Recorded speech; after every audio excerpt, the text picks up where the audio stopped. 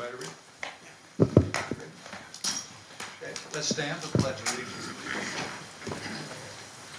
I pledge allegiance To the flag of the United States of America, and to the republic for which it stands, one nation, under God, indivisible, with liberty and justice for all. Please remain standing and keep all of America in your thoughts and prayers. We are a country that has divisions, but as long as this country abides by the Constitution, we will get through with it. Please be seated. Amen.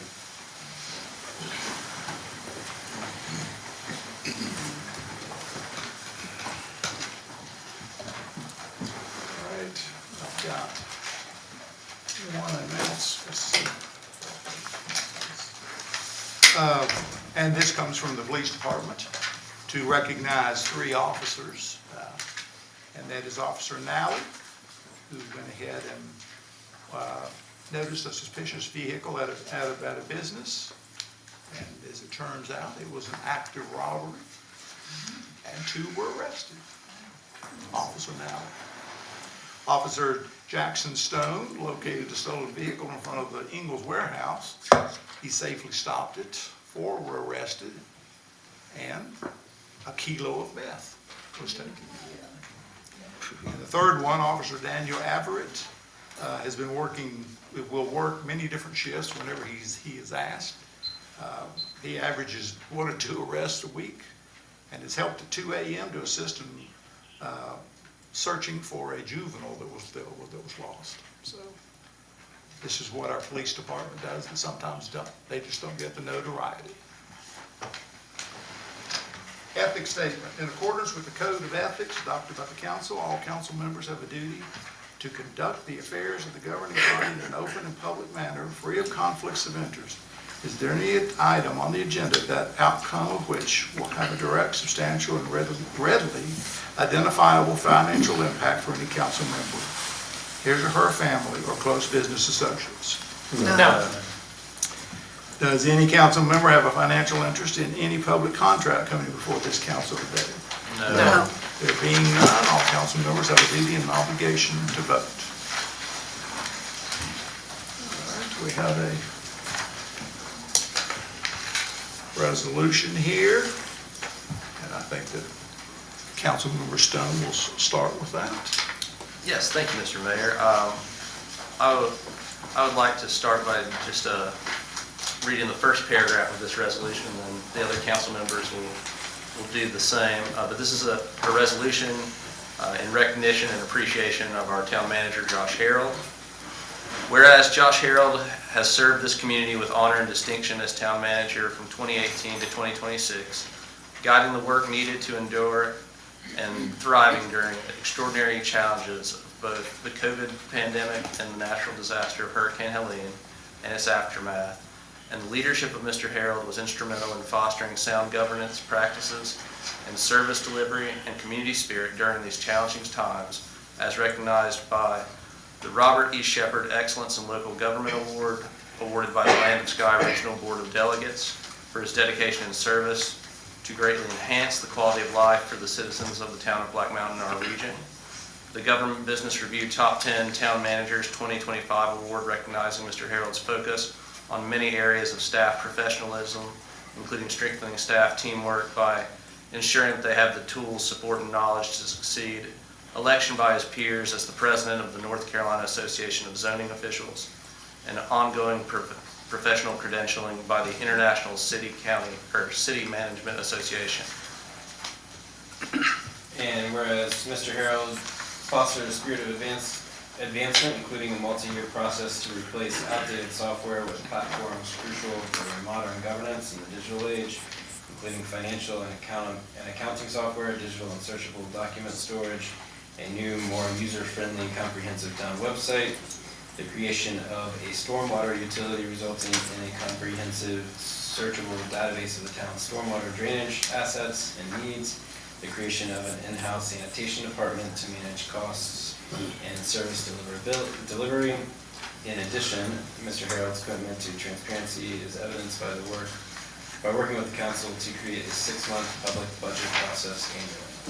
And whereas Mr. Harrell continued his leadership in the aftermath of Hurricane Helene as evidenced by the creation of the first Citizens Emergency Response Team, CERT, in Western North Carolina, the establishment of an Office of Recovery and Resilience in the town of Black Mountain, the receipt of $35 million in grant funding for critical water and stormwater projects and parks and recreation projects, the training of all employees through National Incident Management to be prepared for the next emergency, the donation of state-owned property to the town of Black Mountain for a future emergency services building.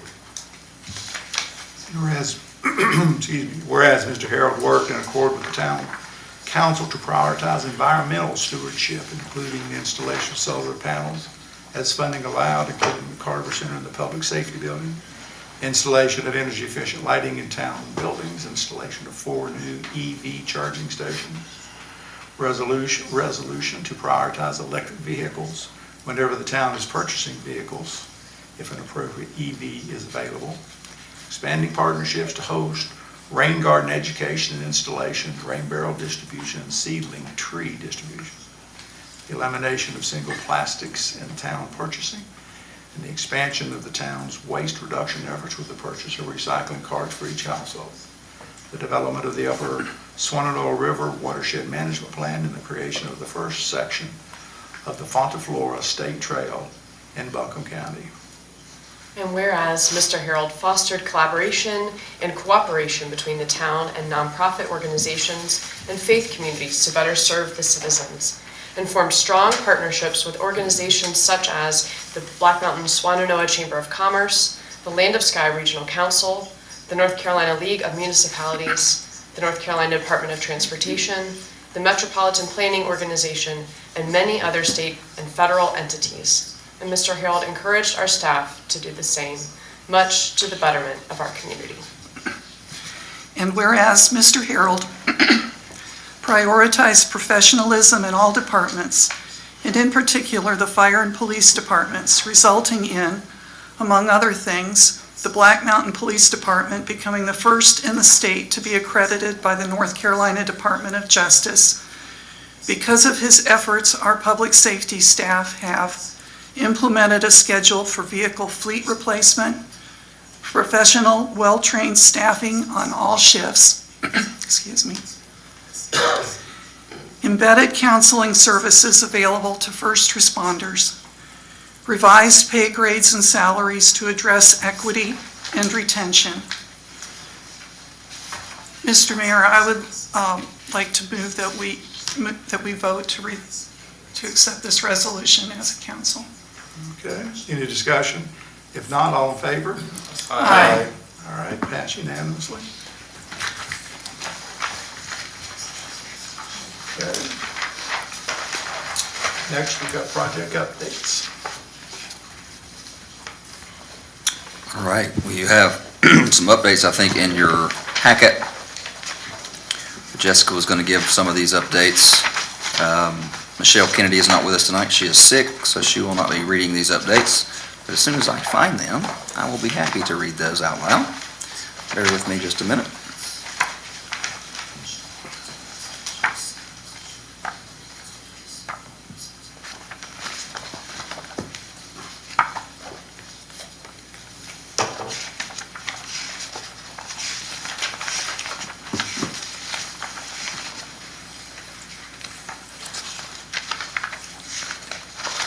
Let's see, what are these updates?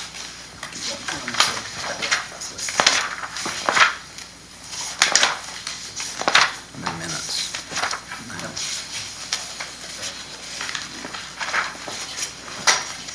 I think that's on page 6. Or at least that's what I'm showing here, project updates, page 6 of 2 I months. think it wasn't in the original packet, but do you,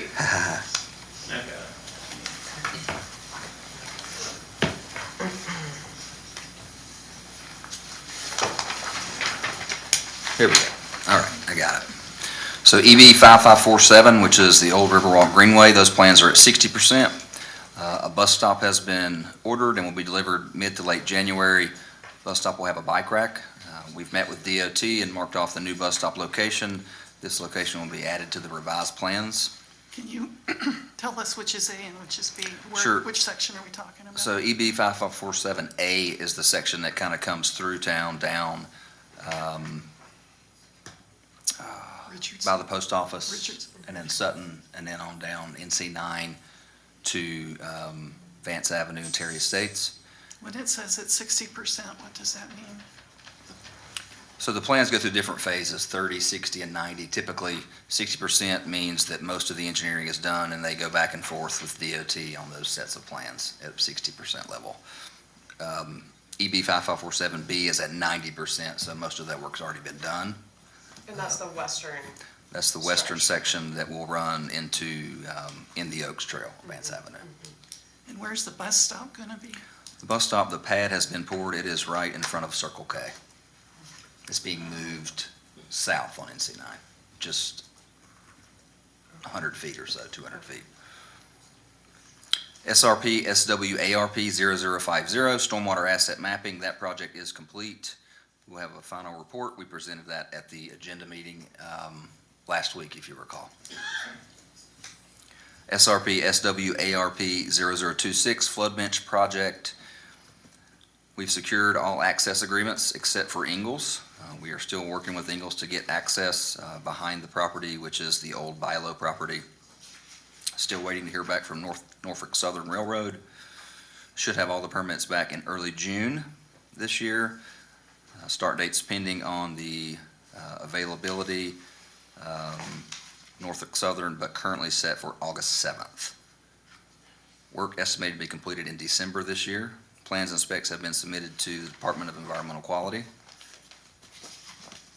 HL 0013 9th Street Bridge. All easements have been secured. Duke Utility relocation is to begin January 20th and last through the 29th, and then AT&T will follow that. Revised plans submitted in December. There is no issue with the Wildlife Commission, and DOT will be advertising in February for a March let date for construction. Those are your... Is the Wildlife Commission going to take care of our beaver problem? Interesting enough, they are trying to do that. We've had a trapper out there. Someone living close or someone interested in that keeps setting off the traps so we can't catch the beavers. And So- these are live. As far as I know, they're live traps, correct. So we are continuing on with that project, and hopefully we can catch those beavers sooner than later. The red flags that we see out in the posts on Fairway number 3, is that for the Duke relocation or AT&T or for both, or what are they there for? And it's for Duke relocation. AT&T will follow that, but that's what that is.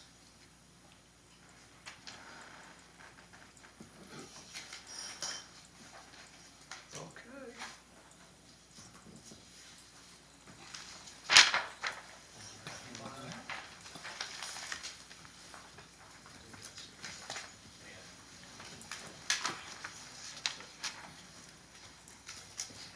We have updates on the Lakeview Center. Yes. Jessica will give you updates on the Lakeview Center.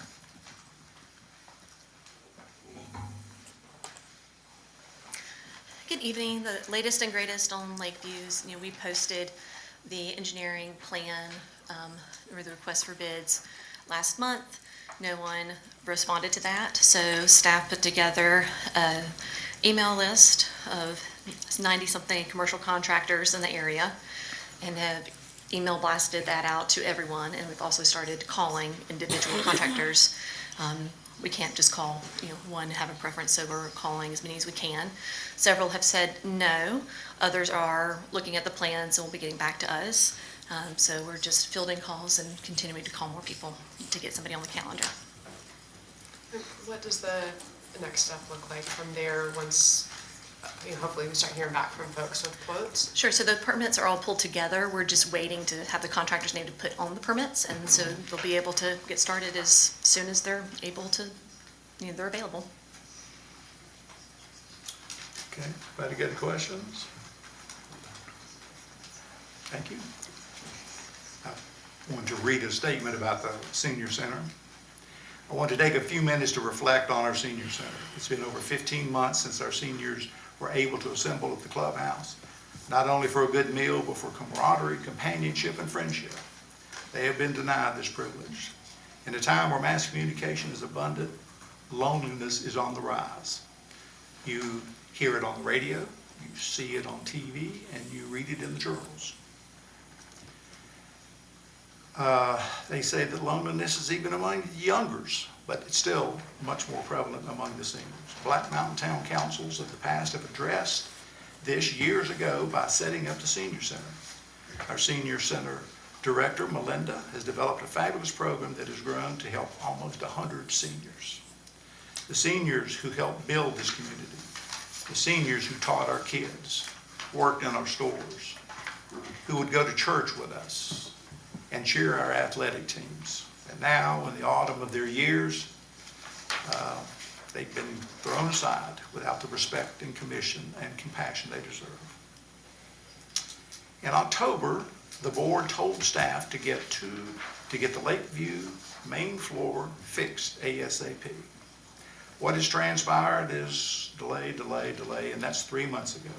Another structural engineer firm, in addition to the two, already had proposed almost identical repairs. Nothing major, nothing expensive, yet nothing's been done. We did not have to have 3 bids to get this done. The repairs, the cost of the repairs is far under the threshold that requires bids.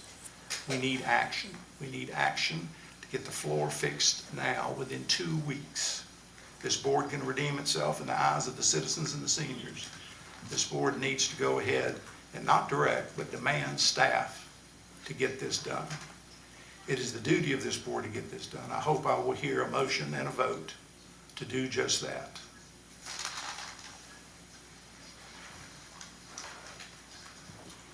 Next, we have citizen comment.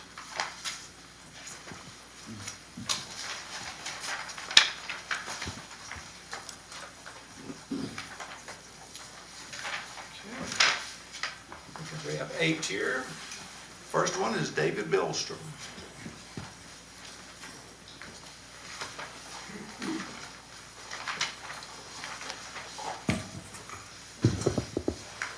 Good evening. My name is David Billstrom. I live at 825 North Okinichi. I'm not from here, but I got here as soon as I could, 16 years ago. And this isn't the first time I've spoken in this chamber. I was here about this time 2 years ago to recognize and thank Public Works for repairing the 50-year-old pipe for water supply on our street, which had failed in this very same kind of severe weather. And I saw them firsthand work late into the night, 4 or 5 feet deep in water to repair that line. And they didn't leave until it was done. I think that was 2 a.m. So I saw the same thing during Helene, and in the weeks afterwards, months really, that same commitment to getting the job done. So I want to thank the town leadership for doing this kind of work and making sure it's done right. And in my 16 years, I've noticed in the last 5 to 6 years, a rapid pace of improvements. We just heard them in your resolution, so I won't belabor the fact, but paving where it hasn't been done before, sidewalks, stormwater. These are all changes that I did not see in the first 10 years. So I appreciate that as well. I also appreciate the fact my tax dollars weren't used for most of those improvements. So we have town staff that writes proposals, gets grants, navigates this FEMA ridiculousness, partners with state and federal agencies to tap their budgets that we'll never have. I appreciate that leadership as well. Town's not perfect. There's bags of leaves in front of our house 4 weeks now. The water pressure in our house is not as high as it is in most municipalities in this state. But those are small things compared to these big things. And I sincerely appreciate those big things. And the last thing I'll say is that the professionalism of the staff, particularly the leadership, I've raised a lot of money. I know a little bit about that. And so this ability to get those grants and manage our finances of the town and get these things done is a big change from the previous time. I used to come to these meetings and I saw politicians micromanage town employees, not just leaders. And I want to thank you all because most of you were serving during this 5 to 6 year time. And I appreciate what we have now. Thank you. Thank you, David. Karen Hill. My comments are about the end of the agenda, is that okay? She might want to wait till it's up to you. There's a second citizen comment, but I think I'd rather wait till the second when All we're right. doing it. Thank you. Cheryl Hyde. That's faster than I thought it was gonna be. I'm ready. I am ready, sorry. My name is Cheryl Hyde, and I live, you want my address? I live at 501 Kentucky Road in Montreat. I work for the Chamber of Commerce here in town, and I just wanted to tell y'all that I made it a whole year, and I'm staying. I'm not going anywhere, first and foremost, just saying. I want to tell you that my job at the Chamber is to support small business. It's to strengthen the local economy and to promote tourism in a way that lines up with our community. So those are basically my job. I've got a lot more, but that's kind of baseline. I moved here from Cartersville, Georgia 2 years ago last week, and I came kicking and screaming, didn't want to be here, didn't like it, didn't want to stay. And now I completely love it. I absolutely love my job 98% of the time. I don't know anybody else who can truly say that, but I can truly say that. I found out I was completely wrong. So I'm grateful to be here, I'm grateful to have my job and to get to work with lots of different people. What stands out about our community that I love is how welcoming everybody is. In general, and this is true in any small town, they're gonna ask you where you're from, and you're not gonna say, I went to Owen High School and I graduated in this class, because 90% of the people that are, however many percentages, didn't and don't. But I very rarely hear, oh, you're not from here. I do hear it, but not often. People here are collaborative instead of competitive. Yes, we're competitive, we're all in business, we still do that, but first and foremost, we raise collaboration over competition, and I appreciate that. I love that I get to learn something new every day, and I love that I get to meet somebody new every day. I love my favorite people to meet are somebody who went to Owen High School and can tell me the real stories, not just the ones that are written down. So I love that. I get to learn different things there. I feel supported, I feel trusted, and I feel encouraged in this community, and I didn't think I would find that when I left Cartersville, Georgia, which was just my home, my life. I just loved it, and I already feel like that here, and I just appreciate that. Just wanted to tell you all thank you for having me, treating me like most of the time I get treated. It's pretty awesome. I'm proud to serve this community in this chamber, and I'm thankful to call this home, and I have appreciation for the leadership and the partnership in the community. And when I say leadership, I mean elected people, but also the people who rise to the top and who are the leaders of the community. So I appreciate y'all, and thanks for letting me talk. Thank you. Lisa Jennings.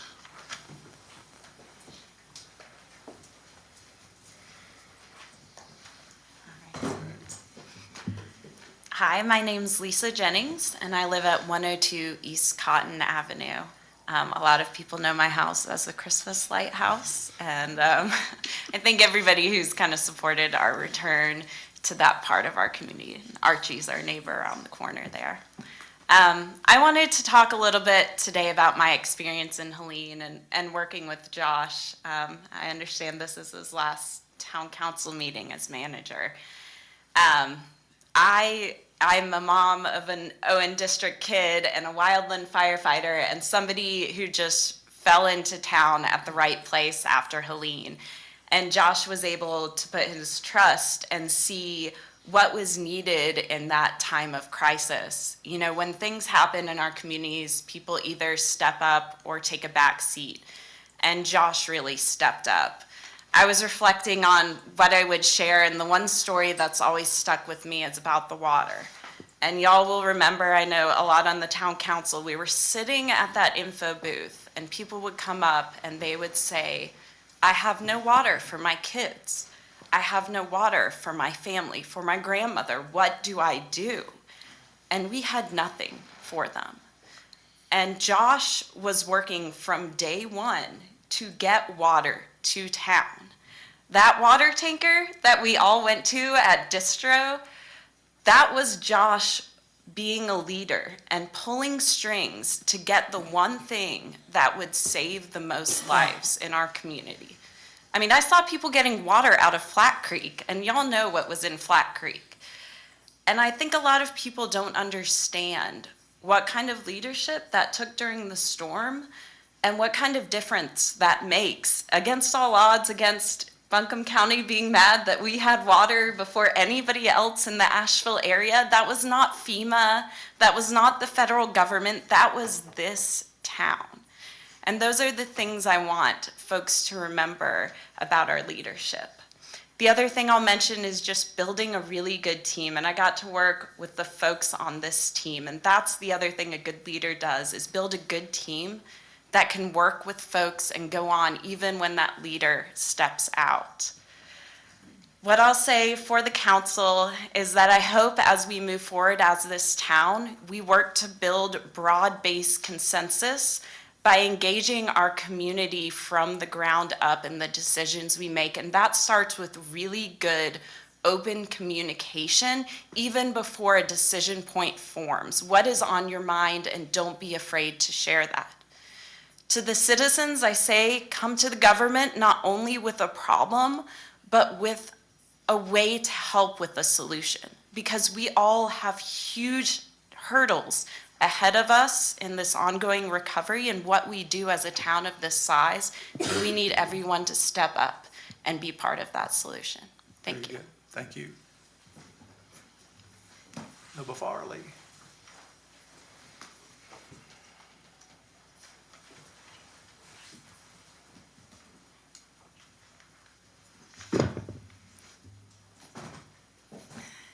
Hello, I'm Libba Fairley, and I get to live across the street from the Christmas house. That is my claim to fame, and I'm proud of it. I'm here tonight to say thank you to Josh Harold. All the times I have come before this committee, this town council, to ask for your support for the beautification committee, for Deck the Trees, for new pickleball courts, I've always experienced the greatest of courtesy and respect from every one of you and from you, Josh. Beginning in 2017, we began working with the town leadership to have designated pickleball courts. Now, I'm not going to dwell on that, but that was 9 years ago. And if we couldn't have our own courts, then what could we have? Just imagine, if you will, Josh Harold sitting down with reluctant tennis representatives and eager pickleball representatives to explore sharing court time, tennis court time. And he made that happen. We got our 3 days a week. We've gotten lines drawn on 2 of the courts. Josh, thank you. It would not have happened without you. And even when you, the town council, and the town government have not been able to meet our request for dedicated pickleball courts, Josh Harold, Josh Henderson, Jessica Trotman have worked with us faithfully and kindly to try to find other revenue sources. And of course, for the time being, Helene has put a stop to this process. Obviously, I ask each of you to not let that pass you by as we get more money. And I'm counting on that we will get more money. As I've mentioned at other town council meetings, I know hurricanes. I grew up on the coast of Mississippi. The home I grew up in and all of my family's homes were destroyed by Katrina. I've gone through storms. I know what it takes to rebuild. And Josh, your leadership during Helene is an example for all of us on what it is to be good stewards of the community and I just want to say thank you. And obviously, we wish you the best, and thank you for your leadership. Thank you, Libba. Mark Hennigan.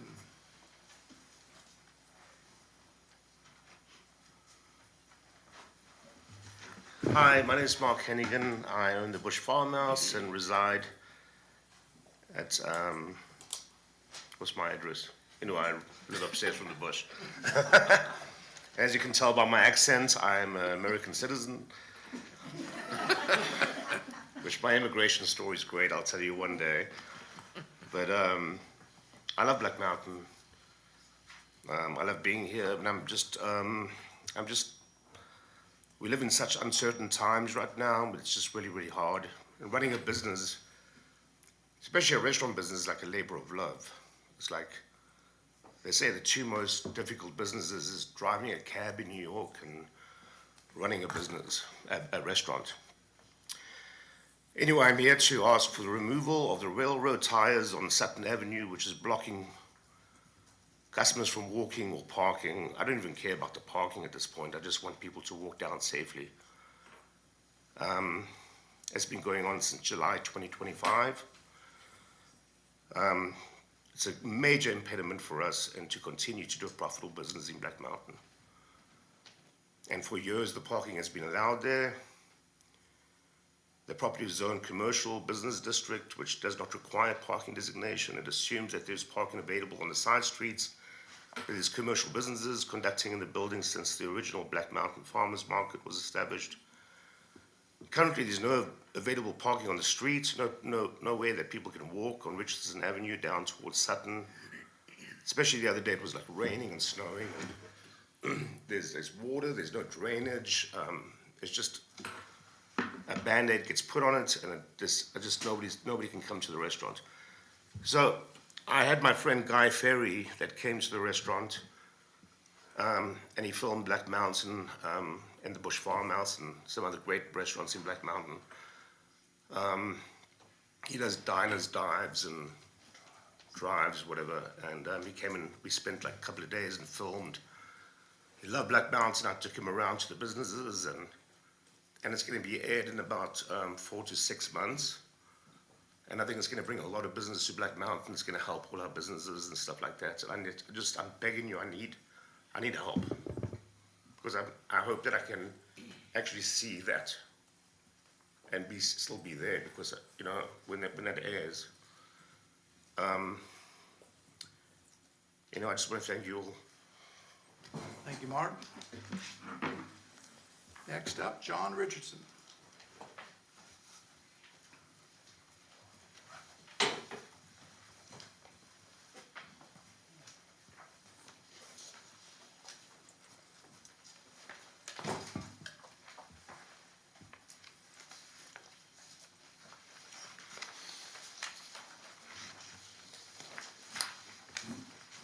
John Richardson, 111 Church Street.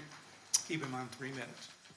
Members of the Town Council, after extensive conversations with senior leadership at the state of North Carolina, including the top zoning, building code, and fire code enforcement officials, it's essential to clearly state a fact that must be a part of the public record.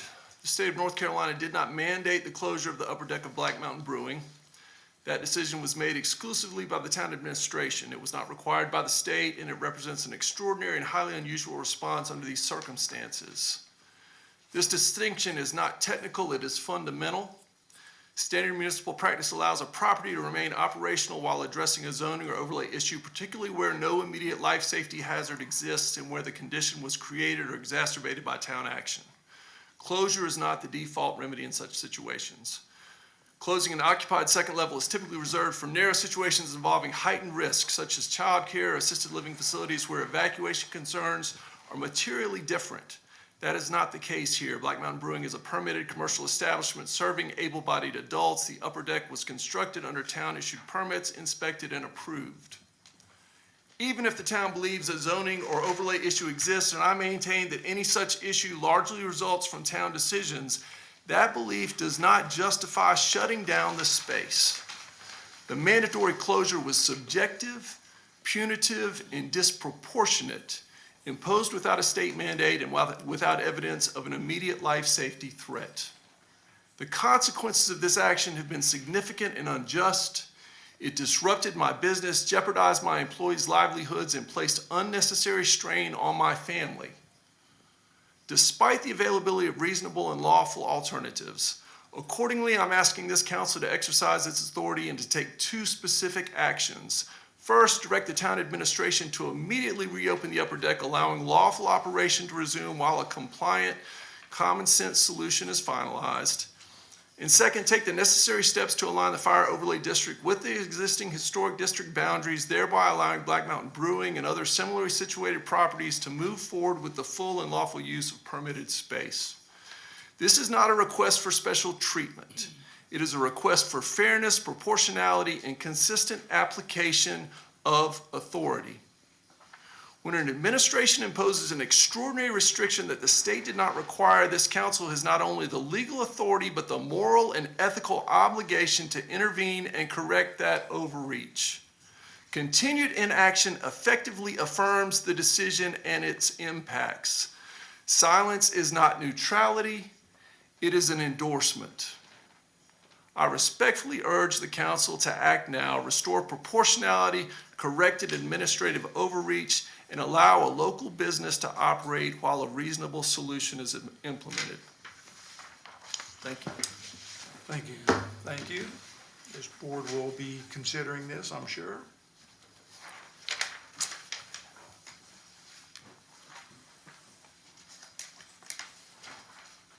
Kathy Phillips.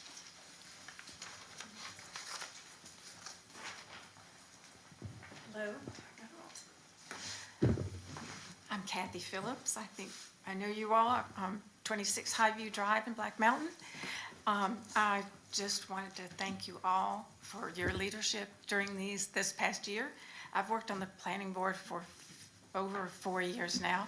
I've enjoyed working with you, and I've enjoyed working with Josh considerably. I've been impressed with his leadership and his dedication to the town, and I just wanted to thank you and wish you well. Thank you. Thank you, Kathy.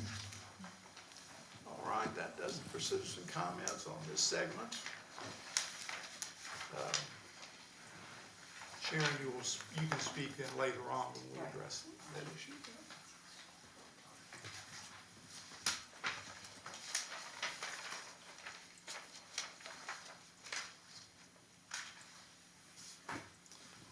All right. We've got communications. I've given my communication. Does the town council wish to say anything? If not, then, huh? Oh, Go ahead, Doug. right. No, you got it. I have a couple things. First, I want to, we've already highlighted many things in the resolution, but want to thank Josh for everything you've given the town, the leadership that you've provided our staff that obviously affects everyone who's worked here, and sets an example of what we can accomplish together. So it's been an honor to get to work with you. Thank you. I've also prepared a statement to read.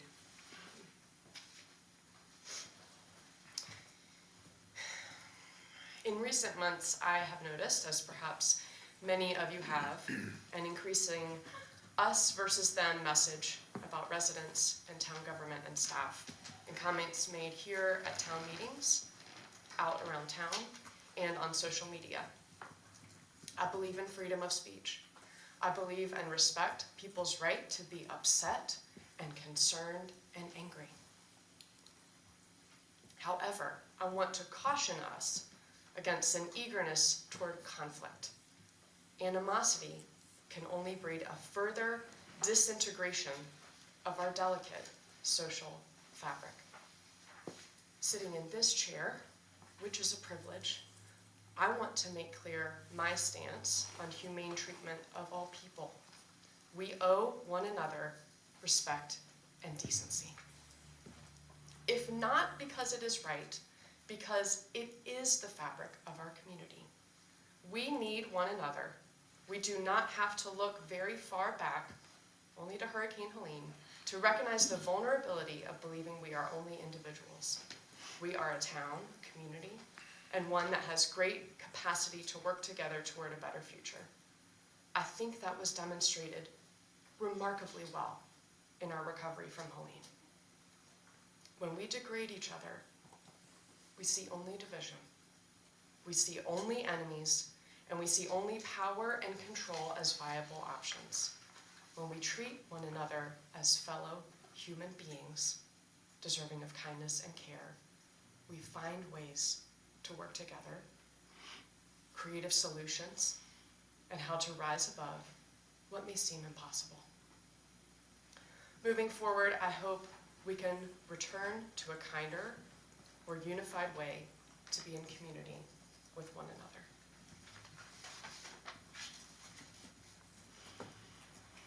Anybody else have a comment? I have a few things. While we have spoken about this in special meetings, I don't think this is the first regular meeting with everyone here that we've talked about. Our interim town manager, Richard Hicks, has been appointed interim town manager and will begin January 20th. He's requested a few days of overlap with Josh. Richard comes from has an extensive resume in interim positions. I think it's 7 different interim positions that he's held prior to this, and has helped many towns work through this, transitions similar to ours. So I'm really grateful that he has been selected, and eager to work with him as we transition into a new phase of Black Mountain government. Also wanted to address the senior center quickly, and Mayor Sobel's comments. So I don't know that we need a vote or any sort of resolution here to continue our push towards opening it. I think staff is aware that this council has been eager to open the upper deck for a few months, and I know that they're working now to procure a builder to do that, a contractor to do that. I also want to take a moment to thank the churches and other bodies that have stepped up in the absence of the senior center space to host regular senior center events and meals, or I guess the meal distribution is continuing to be from the senior center, but events, because I know that there have been a number of people and organizations who have stepped up in the absence of that space, so I'm grateful for that. That's all I got.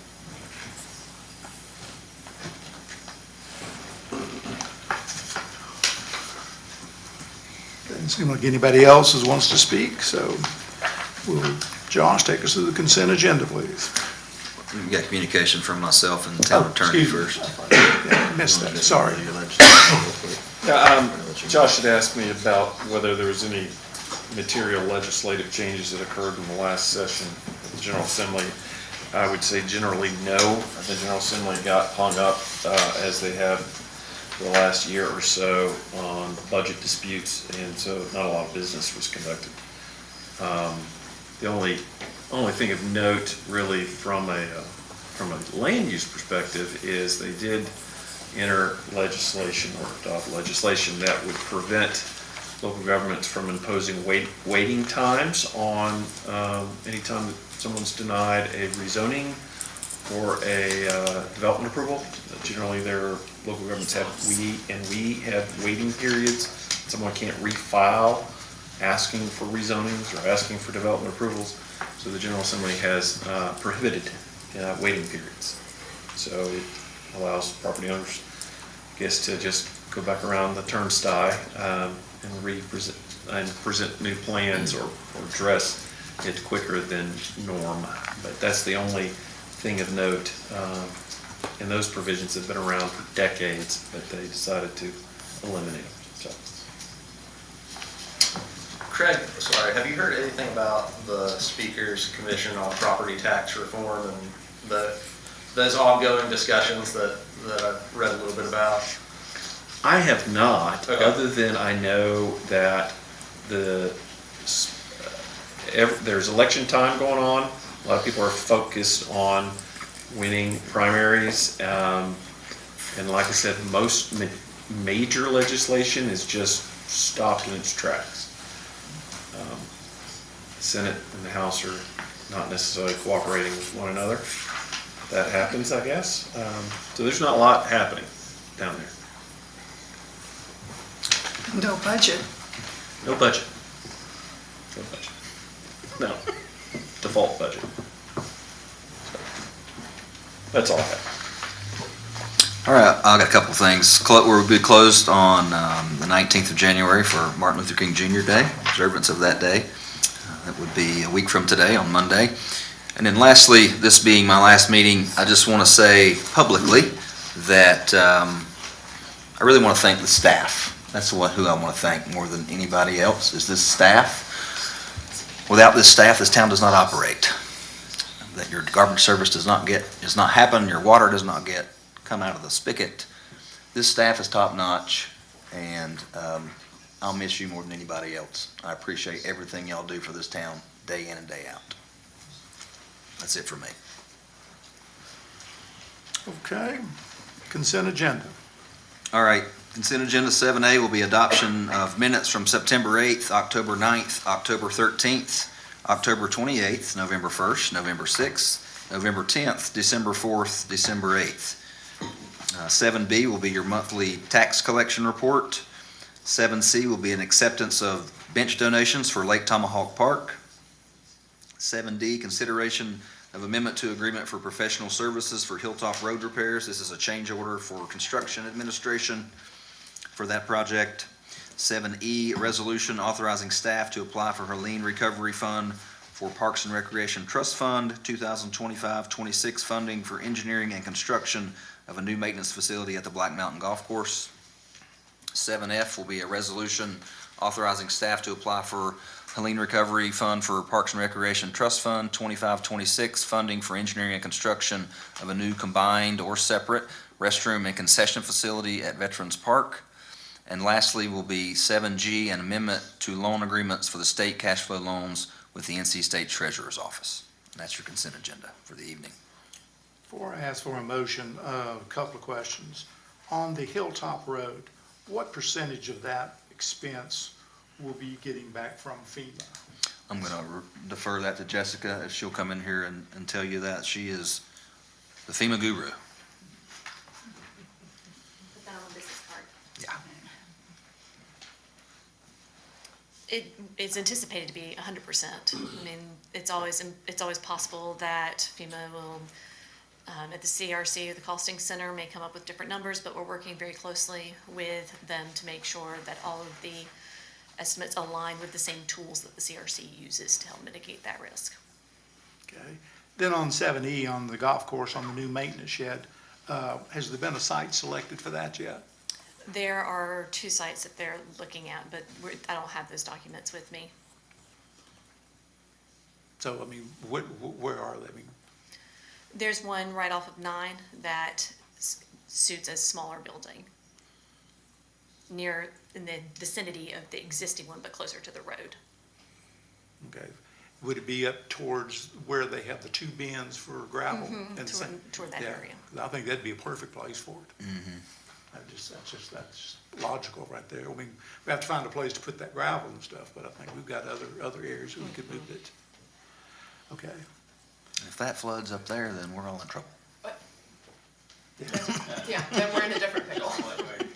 So the 7E and F for the product grants,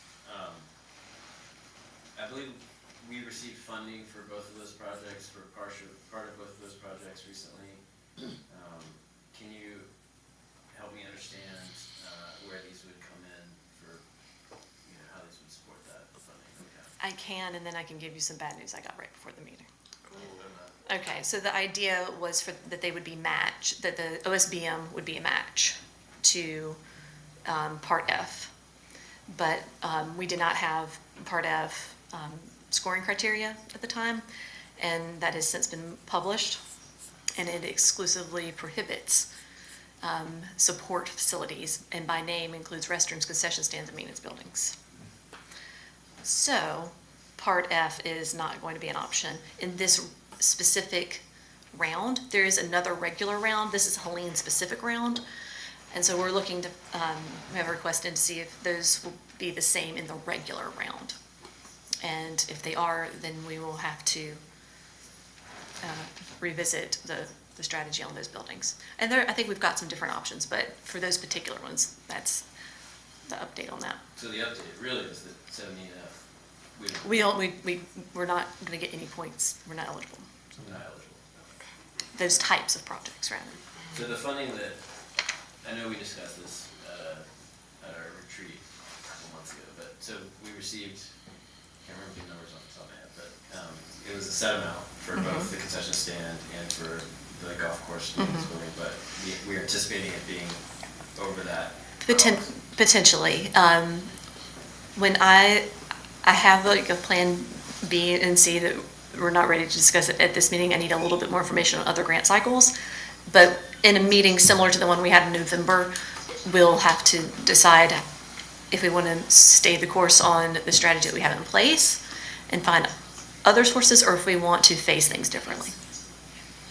Okay. That 4D chess game we talked about in the November meeting, it continues. Yep. Okay. I hear a motion to accept the consent agenda. So moved. Should we strike E and F, or We're gonna strike those. do you prefer we leave them on there, Josh? I mean, if they're not applicable, I don't know that, and it's not gonna go anywhere after you vote on I it, would so, hope y'all don't spend any more time. We just could delete 7E and F. and F. Okay. As amended. Okay. Any discussion? Not all in favor? Aye. All right, there is no public hearing, and now we got our second citizen comment, Sharon.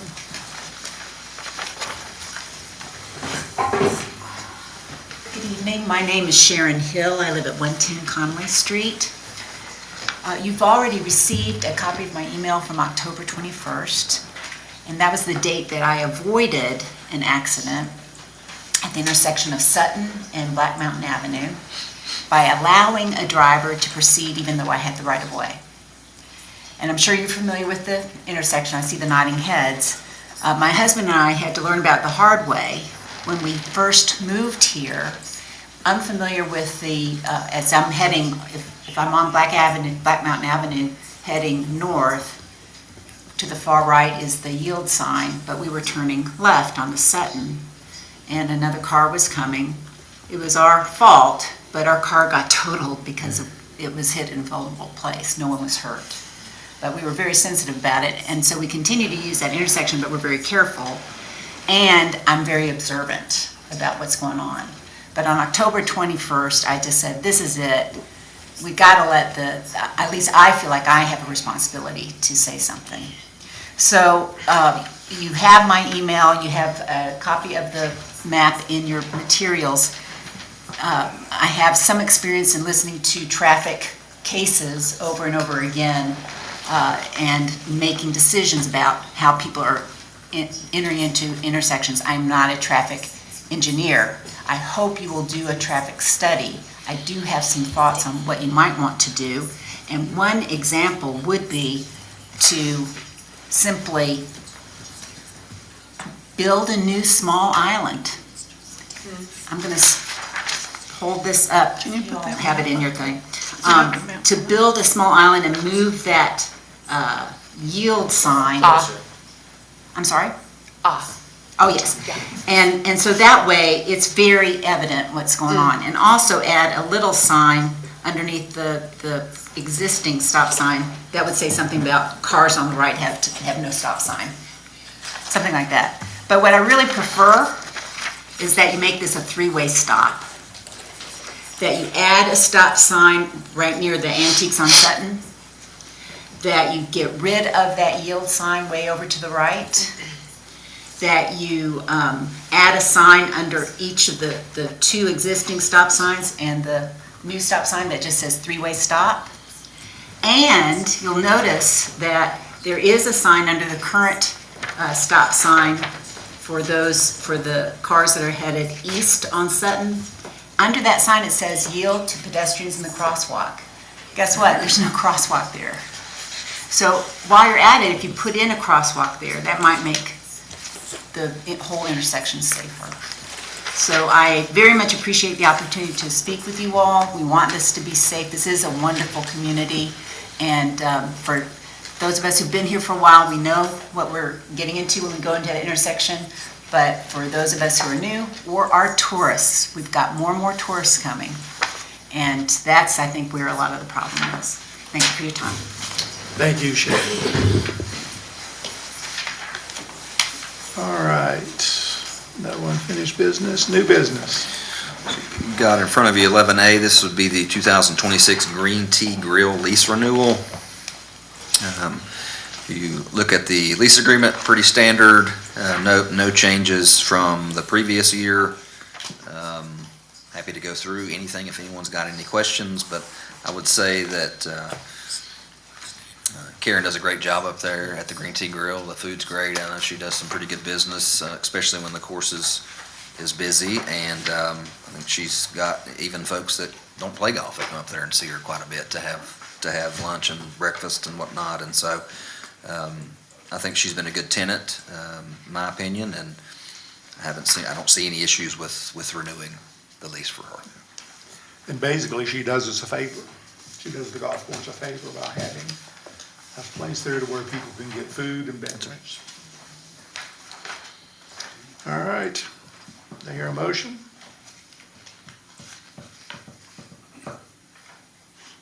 I move to approve the lease agreement as presented. Okay, any discussion? If not, all in favor? Aye. Okay, passes. And now, Wesley will put some maps up on the screen, just what we were talking about just a second ago, about the intersection at Sutton Avenue and Black Mountain Avenue. And this would be consideration of pursuing a traffic study for this intersection. Not aware of one that's been done, at least recently, since I've been here. Could have been one done in the past, I'm not sure, but you're probably looking at, I would say, probably around $5,000 for a traffic study for the intersection, pretty close. I know how that intersection works, and I still have trouble with that intersection. I think it's time for us to, especially when it's busy. Yeah, it's bizarre. I mean, I don't know many other intersections that have, I couldn't name a single one that have all the factors with the railroad and the parking lot, and so I think a look at this is really warranted. I know when I drive through that, I just presume that everyone thinks they have the right of way, and pray that we don't have a wreck. So thanks for nudging us along with this.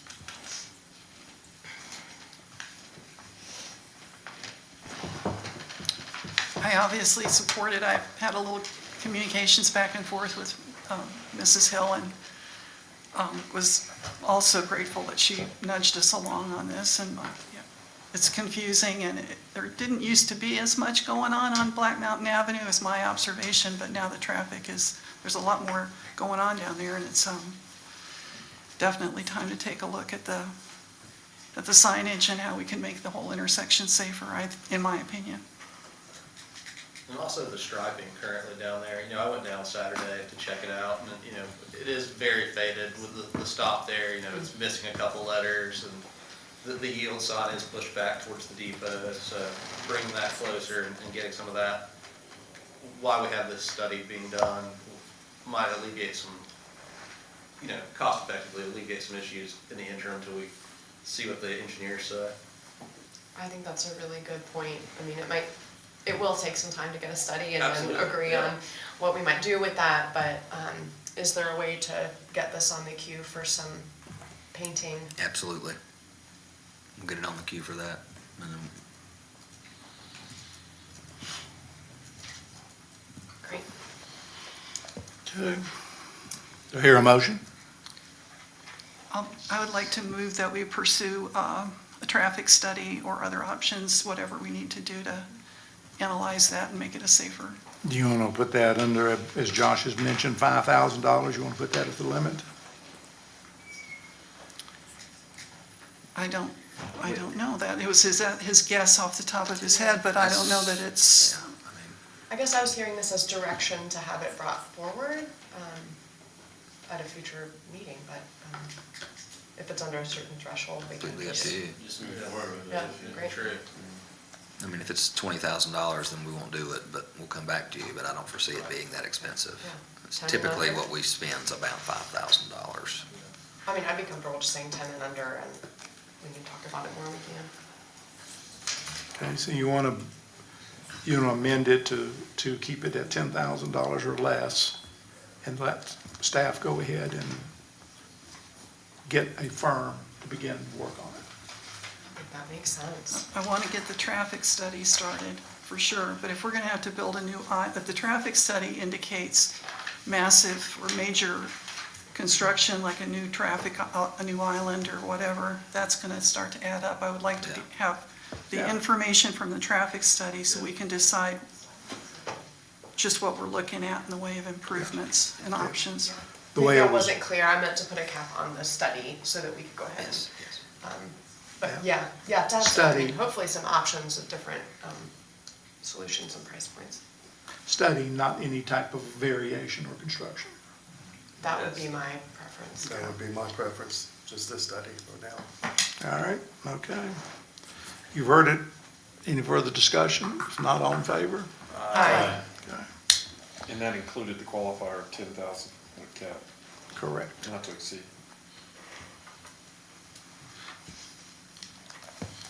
All right, now we've got a selection of the firm for town manager recruitment process. So let me, Susan had asked me to mention this, if y'all would like to add to this, if you want the selection firm to be the recruiter for the finance director as well. And I think you've got some options in your Yes. packet there, or some new pricing.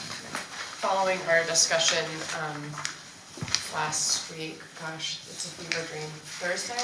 Was it? That's correct. At the agenda meeting, I reached out to her and in light of our discussion, requested that she solicit bids or quotes from the two groups that we were already talking with about town manager hiring process, to also let us know what it would look like to work with them for finance director placement as well, since that is a very critical and difficult to recruit position. So I'm grateful that we already have them back Monday to look at.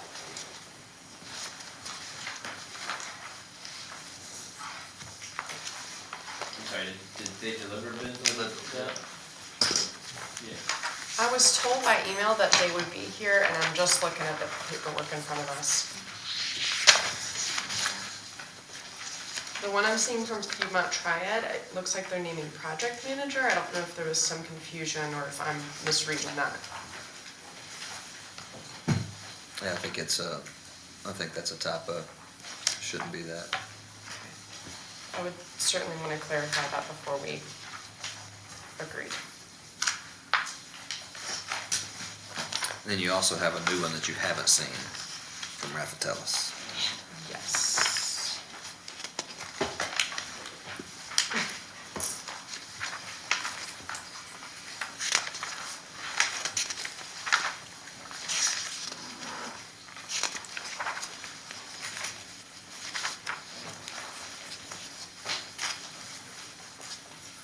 So after marinating it over a little bit more over the weekend,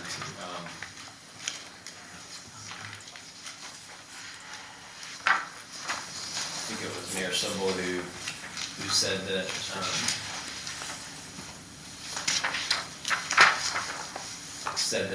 when we're thinking about a position as important as the town manager, make sure a little bit of expense is worth it to get the right person, and ensure that we're going through the right process and we're we have the support we need. So while I appreciated Piedmont Triad's additional information, and I think it did shed light on what they do, which is great. I think I'm still leaning towards NGT for the town manager position.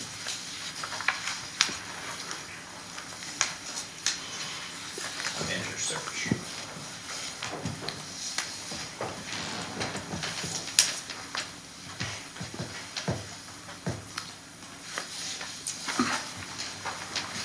I still feel that, in this situation here, trying to be conservative on money, I don't think this is the time not to do that. We need to make sure that we get somebody, a firm that can find us the best possible finance director and the best possible town manager. I just noticed on here of the Piedmont, as was pointed out here, project manager.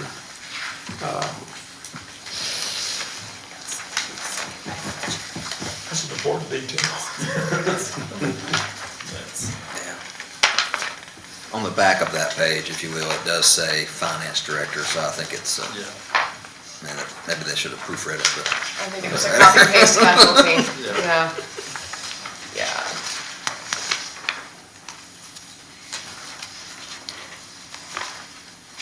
Well, when we got printed materials from Piedmont Triad the other day, and with you, what day was that?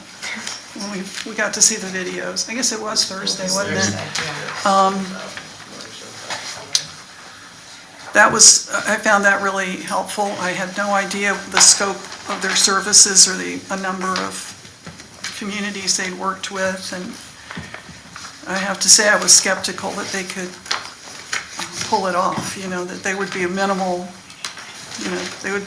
I just didn't know that they had the capacity to do all they do.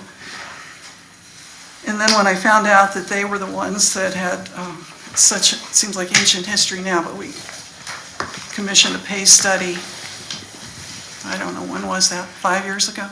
Probably close to it. Yeah, I'd forgotten who did that work, and it was them.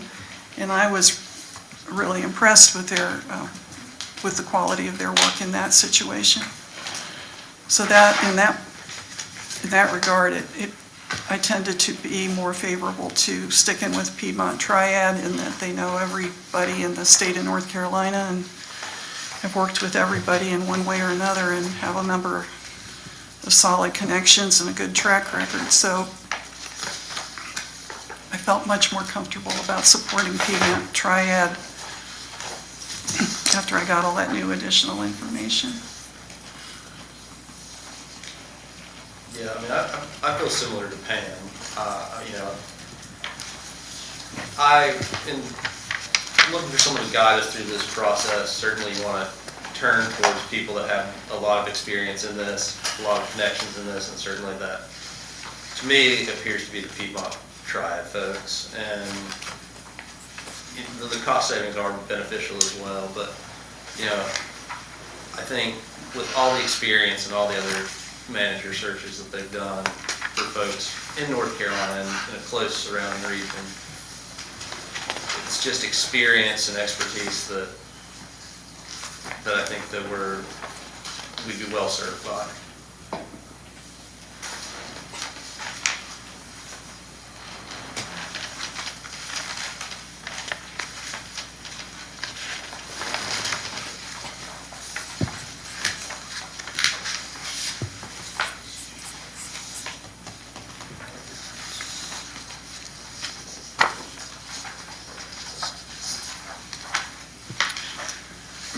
Not to put you on the spot, Archie, but I just know. we waited for you. I know.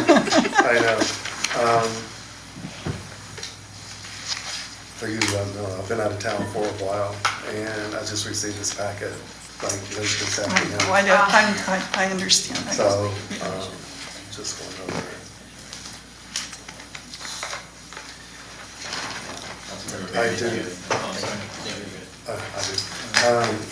I do remember using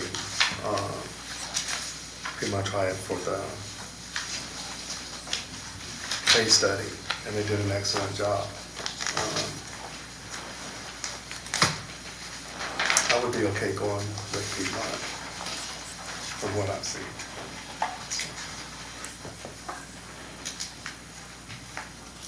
I think we have two really great firms, and so, the things that stand out as being different are, and I was glad to hear from Piedmont Triad Regional Council, they actually offer more than I anticipated from kind of a scaled-down budget version of what MGT offers. I was concerned when Susan had some difficulty reaching them throughout the holidays. It seems like now that we're back in kind of a normal time, that has not been an issue. They've been quite responsive, both with the video and this request. Yeah, not a great look with the typo on the cover page. But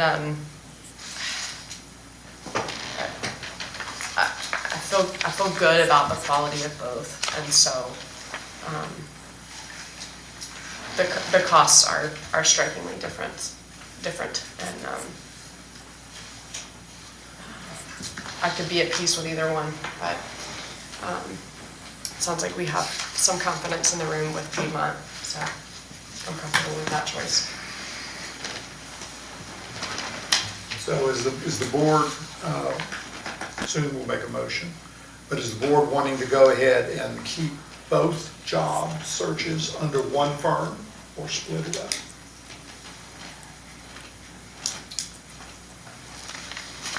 Did you guys discuss that? We did not sit in that. And if it makes anything easier, you can do the town manager decision tonight and consider the finance and come back and do another one and do that later if you'd like, if that makes it easier. I know that's kind of just been thrown on you right now, so you may want to talk about that more, I don't know. They're both very important. I think we need to be moving to get a finance director first. Because when someone comes in as a candidate for being the town manager, if we don't have that position filled and things squared away in that department, that's not going to be a good sign. Well, not my first choice. I think Piedmont Triad will do a great job, and I do think that it makes sense to keep it all under one roof. And then also, I did, while Piedmont Triad lends less support than MGT, I think probably for the finance director position, we'll need less support. So, I think in particular with the finance director, Piedmont Triad is probably the way. And if the board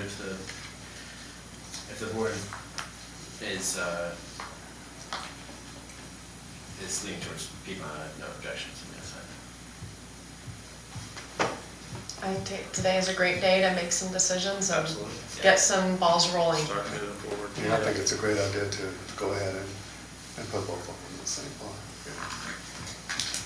So I'm hearing then that the possible motion is going to come to get both the finance director and the town manager search underway with Piedmont. Is that what the board wants to do?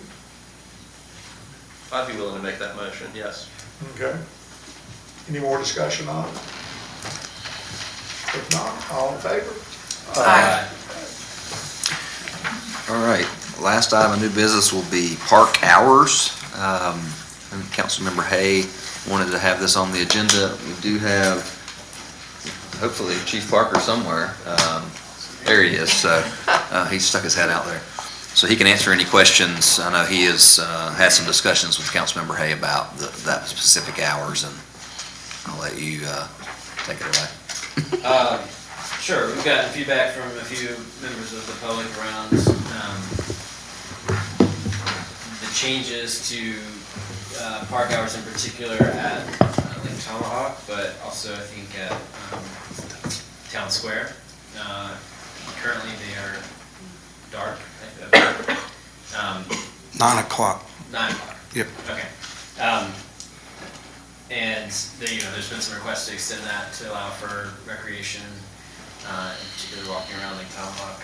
And as someone who uses that often early mornings or at night when I can run when kids are asleep, I'm certainly in favor of that. So, and Vice Mayor Tiller and I had approached you about times and your recommendation, so you recommended 10 o'clock, but.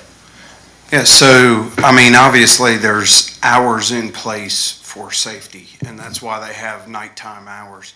But also knowing that daylight savings time, especially in the summertime, you know, it's not even approaching dark time sometimes till 9:30, 9:45, and people still want to utilize the park. So for me, you know, it's all about public safety. Obviously, I just look at it from one viewpoint. I have no issues whatsoever moving it from 9 p.m. to 10 p.m. Obviously, we would need to change the park signs. I know that there's other people, you always have, there might be somebody that wants, you know, 5 o'clock or 12 o'clock, but at the end of the day, it comes down to public safety. For me, I feel comfortable with 10 o'clock. Outside of that, if anything council wants to do with the change of those hours, obviously, I'm not going to fight it. You know, I don't have anything real negative to say. I just think that you need to make that decision with the public safety in mind. I have worked numerous park rapes. They are breeding grounds for that oftentimes. We have not had that here, but again, that's one of those things that it's kind of like, why do we have speed limits? A lot of people don't follow them. Not everybody's following the park hours, but we're trying to set a standard so that we can have safety for the public. And so that would be my suggestion. I don't know if there's any other questions. Are we just talking about Lake Tomahawk? Tomahawk in downtown, Town Square, I would recommend. I think outside of that, you know, if you start looking at lighting, different things like that, I think that's where, you know, most every town that I'm aware of and have been involved in has a dark to dusk or a 6 to 9 is pretty much what they have. Asheville does have a 10 p.m. to 6. So, you know, I feel comfortable with that, especially with the summertime hours. I think there's a clear distinction in my mind to a park such as Town Square or even Lake Tomahawk that's integrated into a neighborhood, has lighting. I believe that the tennis court hours are extended. They're 10. They're 10. That's very different to me than Veterans Park, for example. It's kind of off on its own. I would agree. So, yeah, I mean, you and I had gone back and forth. I had suggested 5 a.m. For the morning, just because I know that there are a lot of people who are out that early exercising. You had some concerns around that. That would still be my recommendation, but you know, I'm not the expert here. So. Whatever council's good with, I'm fine with. I'd be really concerned about encouraging people to be in Town Square after dark unless we're willing to put in lighting and handrails. There are steps there that are very, I think we all got the same email from a lady that was concerned about that very issue. And I mean, Well, it's currently 9. It's currently 9. yeah, well, whenever it's dark, Yeah. Any other questions from me? Yeah, I was curious Yep. how the hours impact kind of timing with shifts and patrolling, that kind of thing. Yeah, so they won't have an impact on the timing of that, so we'll still be able to manage that appropriately. We do checks on the parks continuously on a constant basis, so that's one of the things that we're trying to do is always check those in the bathroom areas, public bathroom areas, different places to make sure that there's not vandalism as well. And that is always one of our concerns as well, is high amount of vandalism at nighttime.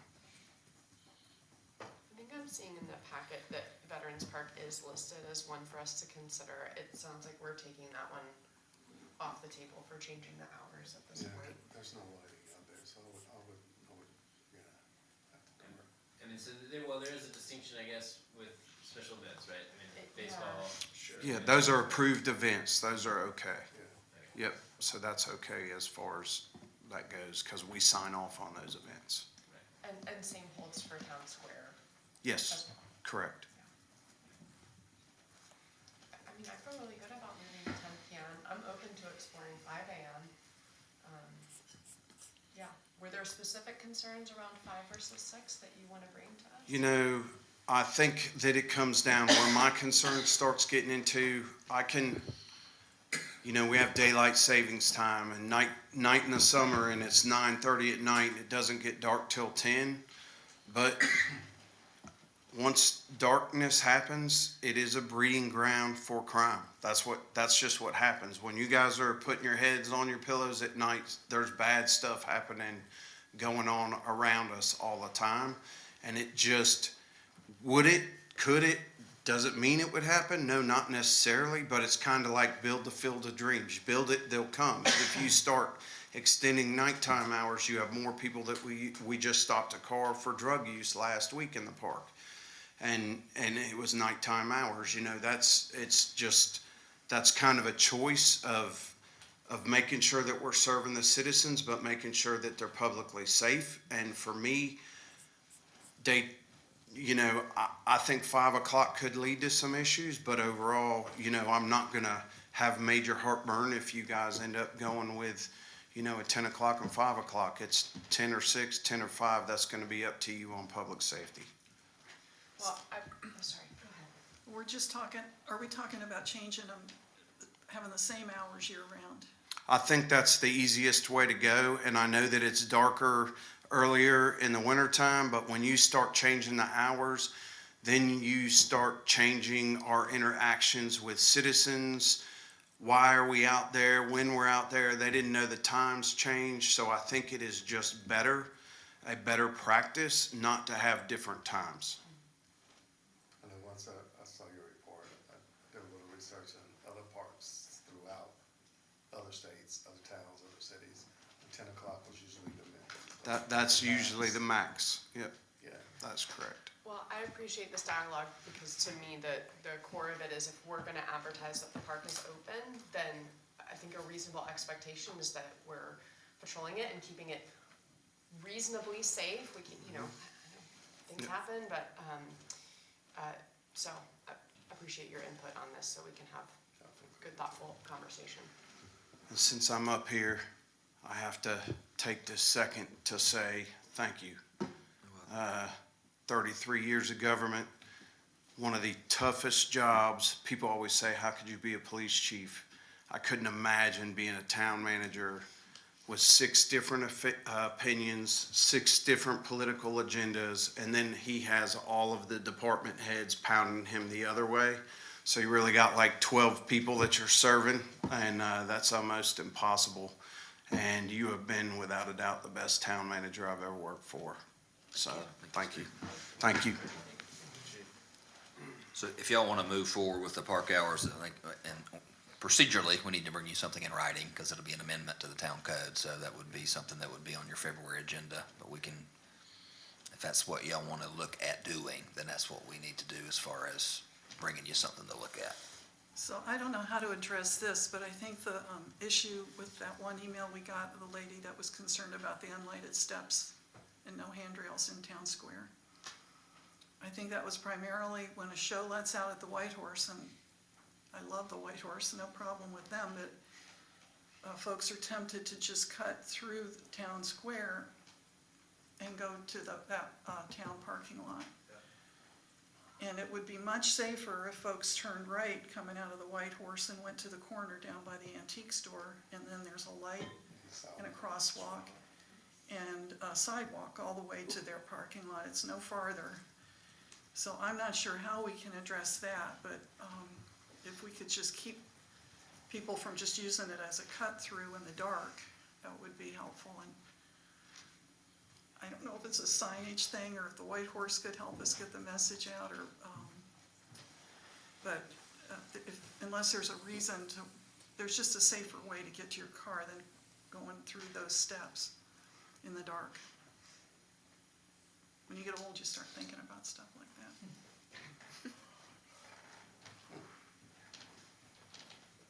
Well, so I would like to propose that we instruct staff to bring us a draft amendment for the next meeting. 6 or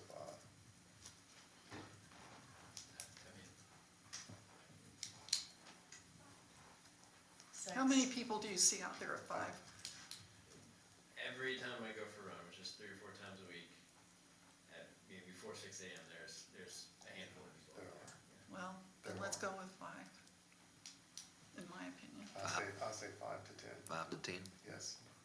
And if you change your mind, then you can make that, you can deal with that in February.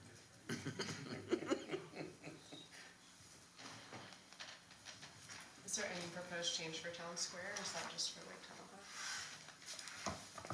I would encourage both. I think the morning hour of Town Square is probably less important, but.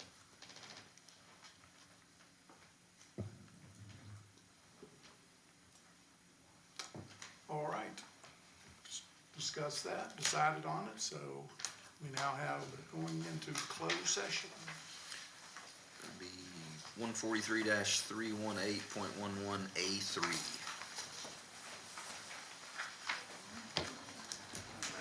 I hear a motion.